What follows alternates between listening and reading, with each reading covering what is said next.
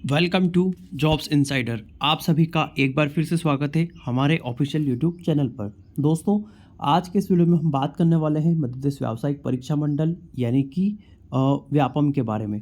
दोस्तों, व्यापम ने कुछ बड़े बदलाव किए हैं यहाँ पर एजेंसीज के बारे में, और साथ ही हम कैलेंडर पर चर्चा करेंगे कि आखिरकार जो पुलिस एसआई है, पटवारी भर्ती परीक्षा, सब इंजीनियर परीक्षा, इन नई भर्ती परीक्षाओं का क्या हाल है, कब तक परीक्षाएं आ सकती हैं। तो चलिए साथियों, यहाँ पर वीडियो की शुरुआत करते हैं। इसके पहले आप चैनल पर नए हैं तो चैनल को कृपया करके सब्सक्राइब कर लीजिए। साथ ही आप किस एग्ज़ाम की स्ट्रेटजी चाहते हैं, आपके मन में क्या विचार चल रहा है, क्या समस्याएं हैं, आप कोई भी चीज़ें हैं आपके मन में तो आप कमेंट कर सकते हैं। तो चलिए साथियों, सबसे पहले यहाँ पर वीडियो को स्टार्ट करते हैं, उसके बाद बाकी चीज़ों को आगे समझते हैं।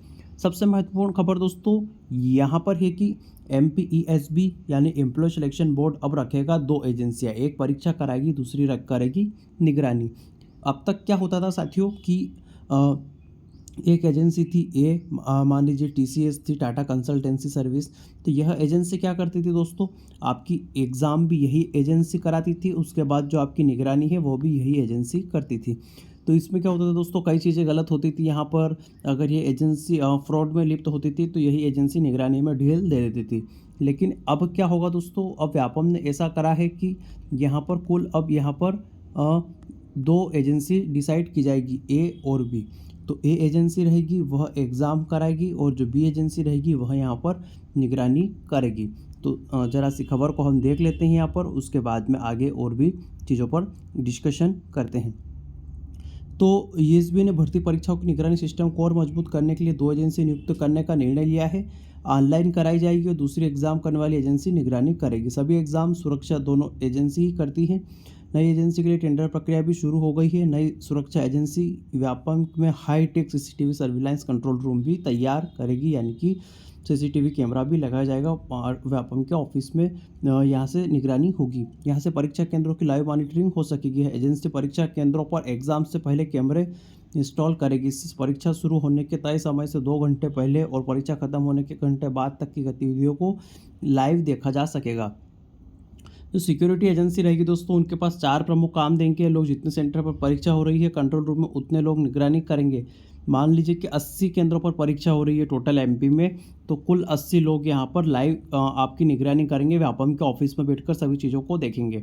बायोमेट्रिक ऑथेंटिकेशन और अटेंडेंस मार्किंग का काम अब परीक्षा लेने वाली एजेंसी तो करेगी, साथ में सिक्योरिटी एजेंसी भी करेगी, यानी कि आपकी सिक्योरिटी काफ़ी तेज़ हो चुकी है। परीक्षा केंद्र में प्रवेश के समय हर छात्र की हैंड हेल्ड मेटल डिटेक्टर से जो चेकिंग होती है दोस्तों, और यहाँ पर परीक्षा केंद्र पर physical, cyber security, server network security, सारी चीज़ों का आपका एक तरीके से तगड़ा चेकअप होने वाला है। तो यह चीज़ें तो काफ़ी अच्छी दोस्तों, जो जेन्युइन स्टूडेंट हैं उनको यहाँ पर जो एम्प्लॉय सिलेक्शन बोर्ड है उसकी तरह से फ़ायदा ही मिलने वाला है, क्योंकि जो फर्जी चीज़ों में लिप्त नहीं है उसे तो चाहे कितनी भी बार आप चेक कर लो, जेन्युइन ही रहेगा, उससे कोई फ़र्क नहीं पड़ने वाला है। बल्कि उससे तो फ़ायदा ये होगा कि यहाँ पर वह कहीं ना कहीं अच्छे से आगे बढ़ेगा। क्योंकि जिस तरह से पटवारी सिलेक्शन भर्ती परीक्षा में जो घोटाले हुए थे वो हूबहू रिजल्ट को रिवाइज करके इन्होंने कर दिया, उसमें कुछ चेंजेस ही नहीं हुए। तो यह काफ़ी बड़ी चीज़ें हुई थी दोस्तों, और काफ़ी नाम खराब हुआ था मध्य प्रदेश का। ऐसा ही यहाँ पर अब चीज़ें होने से बचाने के लिए चीज़ें कुछ आगे की जा रही हैं। बात करें आगे की भर्ती परीक्षाओं की दोस्तों, तो ये वर्तमान में व्यापम की वेबसाइट पर जो कैलेंडर दिया हुआ है उसमें ये परीक्षा यहाँ पर बताया जा रहा है। महिला स्वास्थ्य कार्यकर्ता की दोस्तों जुलाई में होने वाली है। इंट्रेंस टेस्ट है, यह कोई रिक्रूटमेंट टेस्ट नहीं है। और फिर प्री नर्सिंग यानी यह भी इंट्रेंस टेस्ट है, जुलाई में होगा, यह भी कोई रिक्रूटमेंट टेस्ट नहीं है। अब बात करें तीसरे नंबर पर आने वाली वैकेंसी उपयंत्री एवं अन्य समकक्ष यानी कि जो सब इंजीनियर हैं आपका, उसकी वैकेंसी है अगस्त 2024 में। यहाँ पर टेंटेटिव एग्ज़ाम डेट दे रखा है। अगर एग्ज़ाम अगस्त में होना है दोस्तों तो अभी नोटिफिकेशन यहाँ पर आपका जुलाई में किसी भी हाल में आ जाएगा। और यहाँ पर माध्यमिक शिक्षक और यहाँ पर माध्यमिक शिक्षक चयन परीक्षा जो है, पात्रता परीक्षा भी आयोजित हो चुकी है।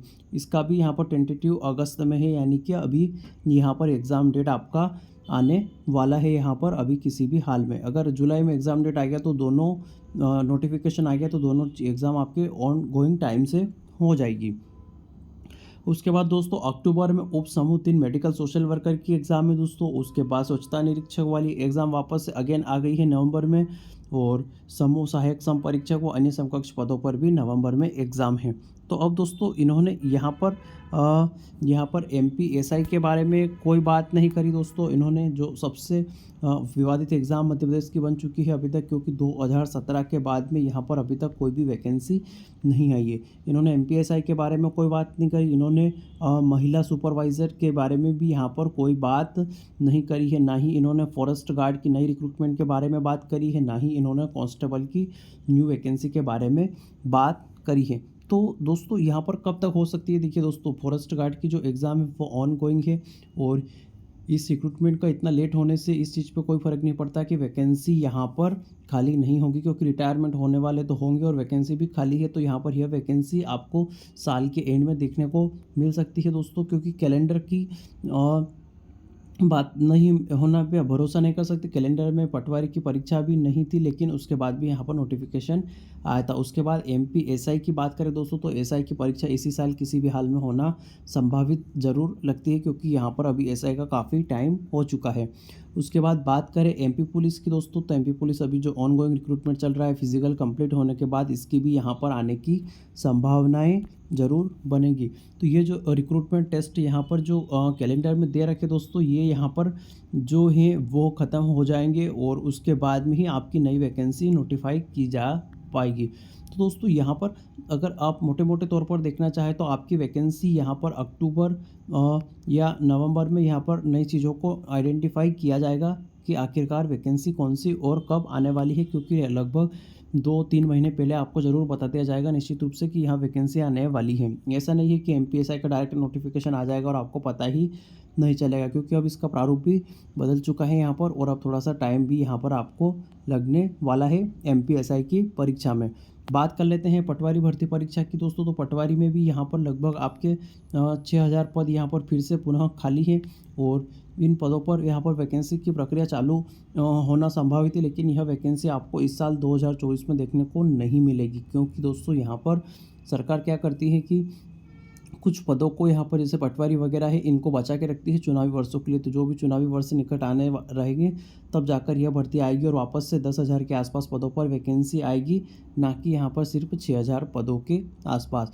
तो पटवारी भर्ती परीक्षा में यह चीज़ें यहाँ पर रहेगी। बाकी MP पुलिस की अगर बात करें दोस्तों, तो MP पुलिस में यहाँ पर लगभग 20,000 के आसपास पद यहाँ पर मध्य प्रदेश में डेफिनेटली खाली है दोस्तों, क्योंकि यहाँ पर जो भर्ती की जा रही है वो काफ़ी स्लो प्रोसेस है, और रिटायरमेंट बहुत जल्दी हो रहा है, क्योंकि यहाँ पर मध्य प्रदेश में प्रोसेस बहुत लंबा चौड़ा है। तो MP पुलिस की जो वैकेंसी है, अगर सरकार चाहे तो यहाँ पर आपकी 10,000 प्लस पोस्ट वैकेंसी दे सकती है, क्योंकि यहाँ पर जो है मध्य प्रदेश में वैकेंसी काफ़ी टाइम से फुलफिल नहीं हुई है, और काफ़ी छोटे छोटे टोकन साइज में 5,000 6,000 ऐसे वैकेंसी आ रही हैं।